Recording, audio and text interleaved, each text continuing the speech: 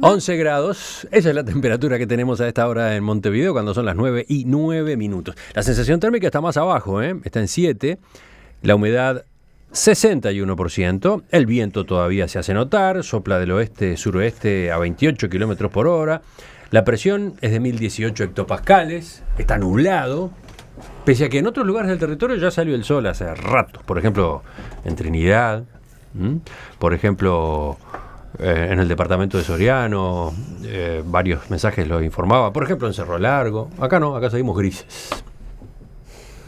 Y son cúmulos, nimbus inofensivas que están necesitando una amasada y después un horneo y ya tenés flauta, porque hoy es el día del panadero. ¿El día de qué? Del panadero. Ah, entendí del paradero, dije, ¿será el paradero de quién? ¿De las nubes? No, el panadero. Hoy es el día, ¿verdad? que es un oficio bárbaro. Ellos fueron los que inventaron lo de la media luna. ¿Es cierto?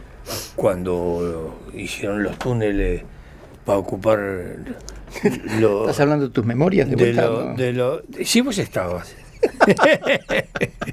Para avisar del desembarco de los musulmanes. Tenían No había rodeado forma. eso y iban a entrar a Viena por abajo, por túneles. Entonces, claro, nadie se daba cuenta. ¿Quién se dio cuenta? Los panaderos, porque trabajan de noche. Entonces así pudieron derrotarlos y el emblema del otro día, el pan que se distribuyó fue en forma de media luna.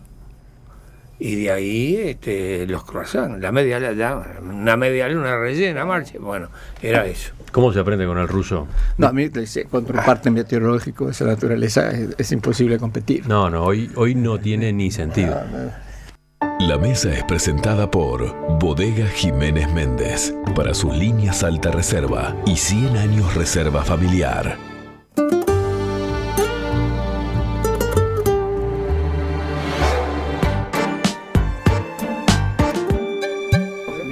Saludando, este es el momento de los saludos.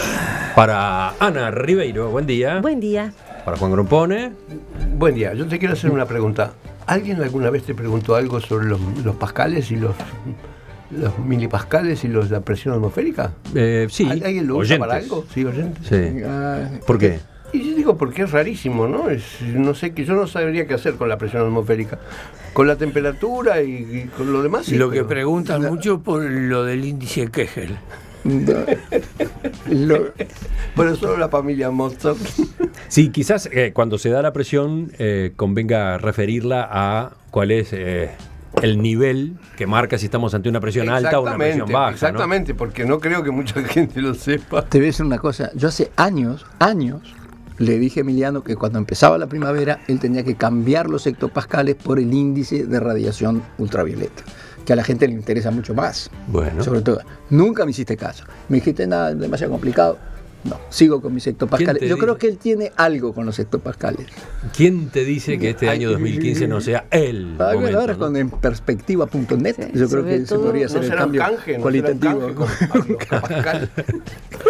Bueno, vas a ser nuestro proveedor de índice V todas las mañanas. No, porque ya me agarraste una vez para ser meteorólogo por un solo comentario que te hice sobre la meteorología, quedé de meteorólogo para el resto del tiempo. Hasta que llegó el ruso, por suerte ahora comparto. No, ahí compartimos. Además lo del Héctor Pascal ese me parece que es bárbaro. La gente agarra el vuelo. Vamos al primero de nuestros temas en la charla de esta mesa. Después de 50 años, Uruguay volverá a formar parte del Consejo de Seguridad de la ONU como miembro no permanente. La noticia se confirmó ayer de mañana en la Asamblea General de Naciones Unidas, donde, además de la incorporación de Uruguay, se aprobó también el ingreso de Japón, Ucrania, Egipto y Senegal. Desde la sede de la ONU en Nueva York, el subsecretario José Luis Cancela dijo en conferencia de prensa que en el lugar que ahora le tocará ocupar, Uruguay continuará implementando una política exterior fuertemente comprometida con el derecho internacional y la causa de la paz. Indudablemente vivimos en un mundo muy complejo, un mundo cuyo signo parece ser la inestabilidad, ¿verdad? Y por eso mismo los desafíos que tenemos ante nosotros como organización son muy importantes para que Naciones Unidas pueda dar respuestas apropiadas, acordes a los desafíos que nos plantea este mundo en el que vivimos. Uruguay, modestamente, desde su lugar y desde su dimensión, no escatimará esfuerzos en hacer su aporte para esta causa.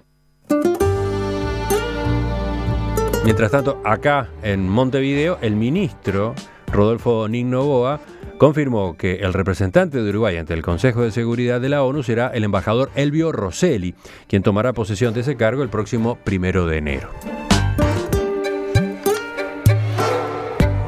Bueno, desde hace tiempo se habla de esta posibilidad. Uruguay trabajó intensamente por lograrla. Ahora es un hecho. ¿Quién empieza? Gonzalo, no puede ser otro. Yo tengo miedo de empezar y captar demasiado tiempo, porque sobre esto puedo hablar horas. Bueno, te largo el cronómetro. 30 segundos. Bueno, 30 segundos. Bueno, voy a comentar primero que entramos en una etapa, como he dicho varias veces, el estar en el Consejo de Seguridad es como cuando estás en el teatro y te ponen la luz sobre tu personaje. Eso es bueno o es malo. Depende cuán bueno seas vos. Si sos Victorio Gassman es bárbaro porque te lucís, pero si no sabes actuar es espantoso que te pongan la luz. En el Consejo de Seguridad nosotros como país estamos expuestos, nuestras posiciones están expuestas. Lo que el Uruguay diga o haga ahí importa. Es muy importante esto para una cancillería de un país que las decisiones que toma normalmente no importan per se, es decir, cuando el Uruguay le compran o no la carne o el arroz o lo que sea, no es que lo hacen por Uruguay, porque comprarle o no al Uruguay no cambia nada. Si le dicen que no al Uruguay por tal cosa es porque si se le concede al Uruguay se sienta un precedente, pero no es por la importancia del Uruguay. Si se le da a Uruguay se le tiene que dar a 20 países más, entonces dicen no te puedo dar esto a ti. Digo esto porque esto es fundamental. En el Consejo de Seguridad, las cosas que Uruguay diga van a tener mucha importancia. Y nosotros tenemos ahí nuestro principal socio comercial, que es China, tenemos Estados Unidos, tenemos a Rusia. No nos vamos a poder abstener de los temas candentes, vamos a tener que opinar. Y eso es complicado. Y es muy complicado también porque quien está en el Consejo de Seguridad tiene que tocar todo tipo de temas, no los podés elegir, los temas vienen y muchos de los que están ahí tienen staff de 100 personas o más. Y Uruguay yo no sé qué va a poder poner, pero va a ser difícil. Es una tarea complicada, yo le deseo la mejor suerte, creo que han puesto gente de buen nivel, pero como digo, estamos en el spotlight. Ajá. Y ahora vemos. Ana, vamos contigo ahora. Bueno, es una responsabilidad. Gonzalo en definitiva acaba de decir eso, ¿no? Hay que festejarlo, está muy bien, pero es una responsabilidad. Uruguay tiene una rica y larga tradición en materia de política internacional que será aquí algo así como su tarjeta de presentación. Uruguay ha sido siempre un país de equidistancias, de equilibrios, pero también su política exterior ha reflejado oscilaciones, las propias de los cambios políticos a la interna, ¿no? Venimos de un periodo muy pragmático en el cual lo que se priorizó, entre otras cosas, en nuestra política exterior era el Mercosur. Uruguay ahora está obligado a tener una presencia internacional más fuerte. Y lo que más me importa a mí es no solamente quiénes nosotros seguiremos siendo, porque al fin y al cabo confío bastante, quizás de manera ingenua, pero confío en nuestra trayectoria en política internacional, en esa democracia que fue lo que mostramos de nosotros y que con apenas 3 millones de habitantes nos ha hecho un país que se convirtió en un interlocutor prestigioso y válido y que por supuesto no tiene que ver ni con su tamaño ni con su capacidad de fuego en términos militares. Pero el mundo está en una situación cambiante muy llamativa y Uruguay va a tener que responder a eso. Junto con nosotros ingresa Japón y se sabe que allí ese ingreso de Japón es para contrarrestar la presencia permanente emanada del resultado de la Segunda Guerra, porque es cuando se conforma esto, que era la de China. Uh-huh. La antigua Guerra Fría, con la cual nace la mesa y los miembros permanentes, ha desaparecido, y sin embargo Rusia y Estados Unidos siguen allí, siguen jugando geopolíticamente sus dados y sus cartas, y curiosamente están aliados, pero con desconfianza, con circunstancias muy puntuales que tienen que ver con un poder que es un no poder registrado, que es una especie de poder de las orillas como el Estado Islámico y otras amenazas similares que se ciernen sobre el mundo, y en ese espectáculo cambiante y problemático Uruguay va a tener que estar a la altura. Yo creo que Uruguay tiene una tradición muy rica. Creo que su voz va a ser importante, sobre todo para quienes lo escuchen. No hay que hacerse la idea que una opinión de Uruguay en un ámbito de esa naturaleza puede ser determinante o decisivo, pero va a ser una voz testimonial dentro de los lineamientos que ya anunciaron, que lo anunció Nin, que lo va a anunciar seguramente Rosselli cuando asuma, de paz, de arreglar los conflictos, de participar y resolver. Con respecto a la comisión, bueno, está estructurado de acuerdo a la correlación de fuerzas determinantes desde el momento en que se constituyen los 5 países que tienen poder de voto. De veto. ¿Qué sería de mí sin vos? No lo sé. Gonzalo, el apuntador. O corrector. Y incluso hay medidas que se toman que no las avala, y por más veto que se produzca ahí adentro, lo hacen por afuera. Es decir, el caso de Irak, la invasión a Irak y la invasión a Libia y todo eso, no salió del Consejo de Seguridad, no había manera de vetarla y se tiraron, como dirían en Cuba, por la libre. Es decir, que hay que tener en cuenta el papel ese. Y después, tradicionalmente Uruguay se maneja con los principios clásicos de no intervención, de autodeterminación de los pueblos y todo eso. Y bueno, y se asume con orgullo y eso, pero me recuerda de cualquier manera, un poco redondeando esta intervención, cuando de las primeras asambleas de las Naciones Unidas en su nueva época, después de la guerra, y ya comenzaba la Guerra Fría, creo que Luis Valle era el embajador uruguayo ante las Naciones Unidas.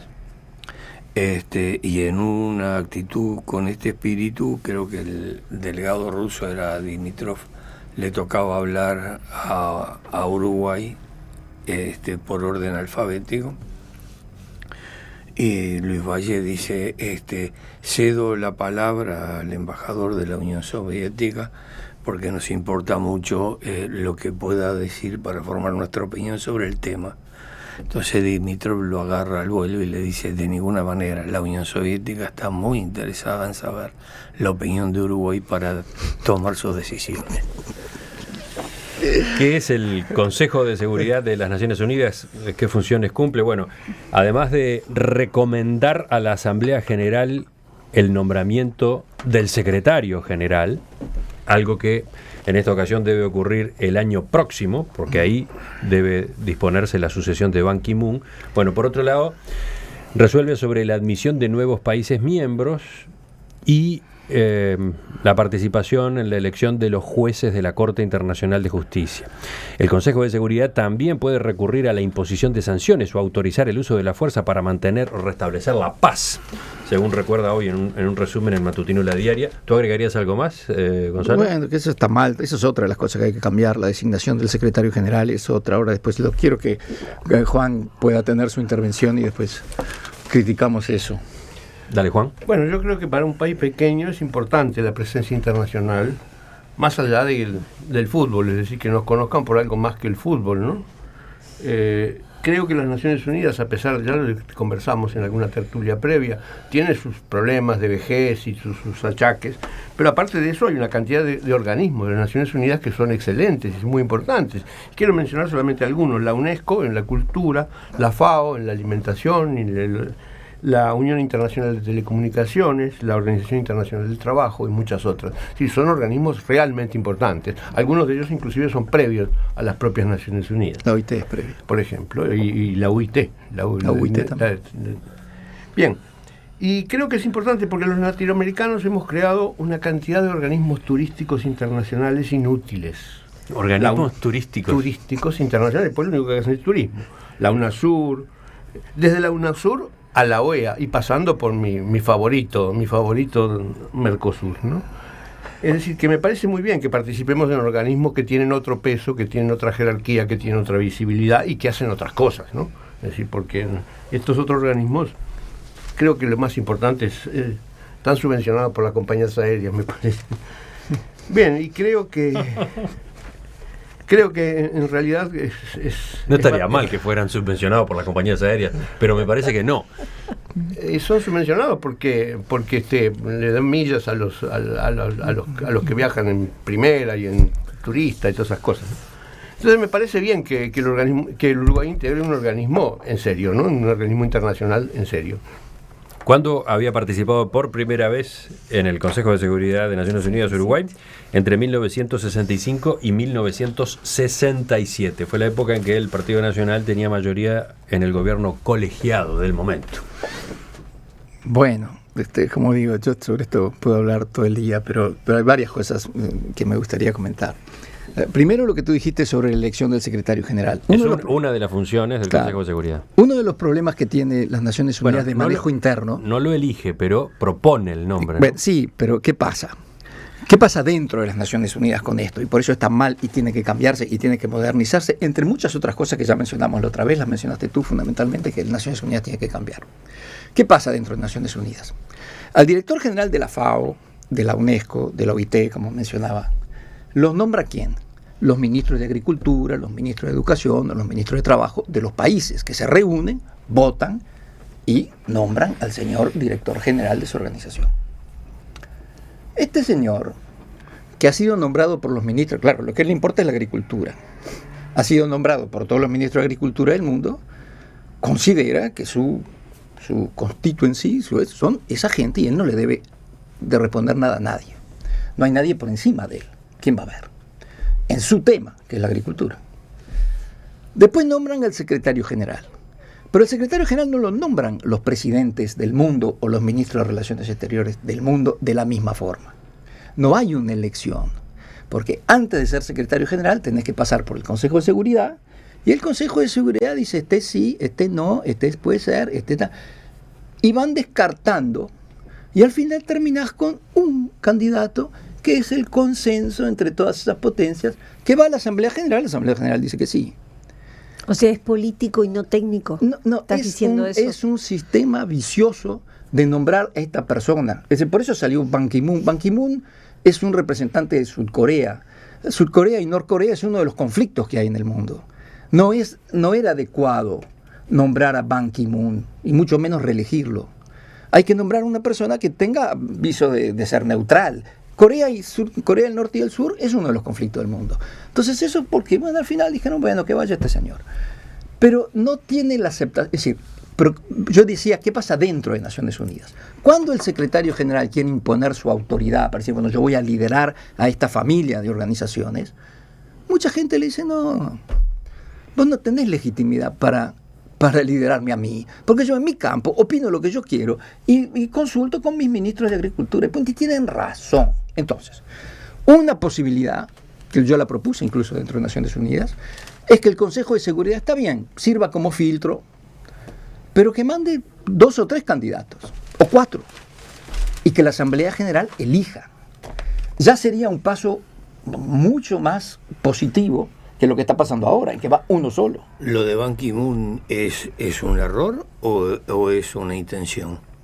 ¿En qué sentido? No, para mí fue haber nombrado a Ban Ki-moon, decís tú. Seguro. No, primero, el mecanismo para mí está mal, o sea Ban Ki-moon o quien sea. En el caso de Ban Ki-moon, para mí fue un error, es un error. Yo creo que no podés nombrar, en este caso, a una persona de dos países que están en una situación conflictiva. No es lo mejor. La pregunta para hacerte la siguiente, la presencia de Ucrania ahora... Claro, ahí tenés, el veto no funcionó, ahí el poder de veto que se llama... porque realmente no es así, pero bueno, se le llama poder de veto, no funcionó porque seguramente Rusia hubiera vetado la entrada de Ucrania en el Consejo de Seguridad. Ustedes están aludiendo, el ruso estaba aludiendo al hecho de que junto con Uruguay están ingresando como miembros no permanentes, ya mencionamos a Japón, Egipto, Senegal y Ucrania. Ucrania, sí. Y Ucrania. Esto lo resolvió la Asamblea General. Sí. No hubo en el medio la posibilidad de que el Consejo de Seguridad vetara o no vetara. Exacto. Y entonces entró Ucrania. Uh-huh. Está bien, vamos a ver qué es lo que sucede. Está perfecto. Yo creo que eso ahí está bien. Yo creo que todo esto del poder de veto es algo, es decir, no solo esto, hay muchas cosas que hay que cambiar en Naciones Unidas.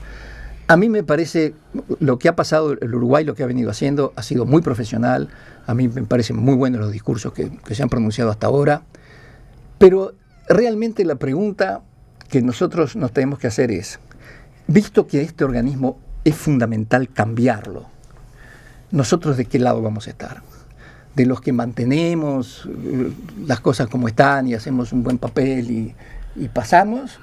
¿O de los que, como Japón, por ejemplo, que es uno de los que realmente quiere un cambio, empuja para modernizar esta institución? Y es fundamental modernizar esta institución, no es que sea una cuestión leve o banal. Es fundamental para la humanidad que en las Naciones Unidas vuelvan a tener el prestigio, y en esto va la elección del secretario general. Tiene que ser realmente una persona que la gente diga, lo elegimos nosotros, y no una persona que nombre el Consejo de Seguridad. Tiene que ser un reflejo de los equilibrios internacionales del mundo que no para de cambiar. Sin duda. No puede seguir replicando un orden de cosas que era el válido en 1945, pero ya no lo es hoy en día, ¿no? Es verdad. Y hay muchísimas cosas en juego. El liderazgo norteamericano, ¿hasta dónde y cuándo? La vieja Rusia, ¿hasta dónde y cuándo? Los musulmanes no pueden opinar. El mundo musulmán. Ingresa a Egipto. Ingresa a Egipto, claro, que es toda una señal en nombre del bloque islámico, es una señal que sea Egipto y no Irán. Me queda claro que el secretario general o tiene que ser suizo o uruguayo. Yo estaba pensando lo mismo, Juan, te juro. Dije, dadas las condiciones, yo pienso en Blatter. Claro, ruso. Si va a ser uruguayo, yo soy candidato. Bueno, ¿cuántos secretarios precisás? ¿Va toda la mesa? A mí me parece que estamos discutiendo el exterior del asunto. El secretario general es muy importante, pero es un presidente de mesa. Ahí los que cortan el bacalao son las potencias que mantienen sus propios intereses, sus propias intenciones, y además hay en los 5 con derecho a veto o voto, hay los países determinantes dentro del planeta en este momento. ¿Cuáles son los países con derecho a veto? Estados Unidos, Rusia, China, Francia y Reino Unido. Mira, claro, todos tienen la bomba atómica. Esta vez estuviste perfecto. Solo que el secretario general no es presidente de mesa, es secretario de mesa. Que ni siquiera presidente de mesa, ¿te das cuenta? Secretario de mesa. De verdad. En la próxima intervención lo dejamos como subsecretario de la Comisión de Bochas. Dale. Estoy mirando los mensajes de los oyentes y hay uno de celular terminado en 366 que pregunta, ¿ustedes saben el nombre de quien nos representó en el Consejo de Seguridad de Naciones Unidas entre los años 1965 y 1966? Gonzalo Pérez de Castillo contesta. Tic-tac, tic-tac, tic-tac, tic-tac. Lo tengo y no me viene. Es el famoso embajador y hizo una buena gestión también, pero en este momento no me viene. Lo tengo por si miro mi cuadro. Carlos María Velázquez. Correcto. Carlos María Velázquez. Hoy diría Susana Jiménez, correcto. Hoy en una nota del diario El País se recuerda un episodio del que fue protagonista Velázquez. En 1965 Estados Unidos invadió República Dominicana y Uruguay votó en el Consejo de Seguridad para que se lo condenara. No tuvo éxito. El embajador uruguayo Carlos María Velázquez se enfrentó al embajador estadounidense Adlai Stevenson y sostuvo que la acción norteamericana era una agresión. Y lo era. Y tenía razón. Por eso digo, buen embajador.